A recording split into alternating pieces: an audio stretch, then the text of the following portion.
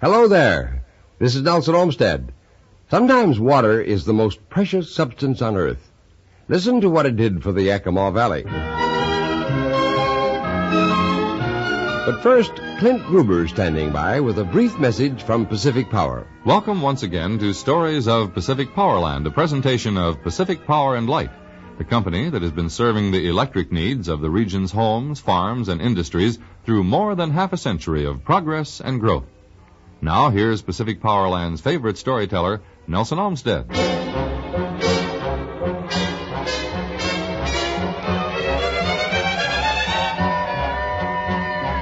A special private railroad car carried Thomas Oakes, president of the Northern Pacific Railroad Company, and his party on an inspection tour of the new railroad through the Yakima Valley.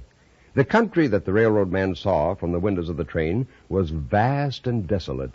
Clouds of dry, dusty soil puffed up as the train passed. Startled jackrabbits fled from the sight of the massive iron horse. The sagebrush valley was gray and dry and lonely, except, Thomas Oakes noticed, where the settlers had cleared patches alongside the Yakima River. He remarked, "Look there! How green that garden is beside that cabin. Well, they must take water from the river for irrigation. By heaven, that soil is fertile enough. I wonder if this entire valley could grow crops like that. You know, there's only one man I know who can see this the way I can. Walter Granger. He built those irrigation projects in Montana. Get in touch with Granger for me. Tell him I want to meet with him as soon as possible." When the two men met in the spring of 1889, Oakes was shocked. Was this the Walter Granger he remembered? Only 34 years of age, the engineer was sick and discouraged. Granger said, "Oh, I'm about whipped, Tom. My money's gone, so is my health.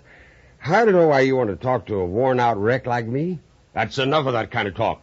I've seen what you can do, Walter, and I know you can do it again. Why, you're a young man. You're the only man in the West who knows beans about irrigation.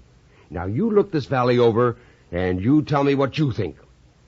Well, Walter Granger hired a horse and bought some provisions and rode south from Yakima City. Dry and desolate, the valley stretched out before him. But now and then he saw the signs he was looking for, and his enthusiasm began to return. He said, "Yes, this soil holds water well, and it is productive. The topography seems favorable. Yes, I think it might be possible. I think I can do it." Well, on the third day of his lonely journey, Granger climbed to the top of Snipes Mountain for a bird's-eye view of the valley. Then the vision bloomed in his mind. "Now I can see it.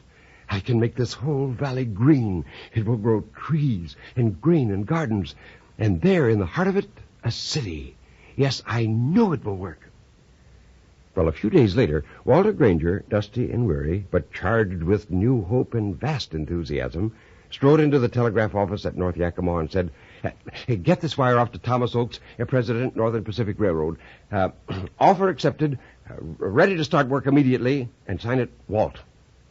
The Sunnyside Canal, the first major irrigation project in the Northwest, was dug by manpower, horsepower, and determination. Water, diverted from the Yakima River, was channeled 40 miles down the valley, bringing precious, life-giving moisture to the thirsty desert land.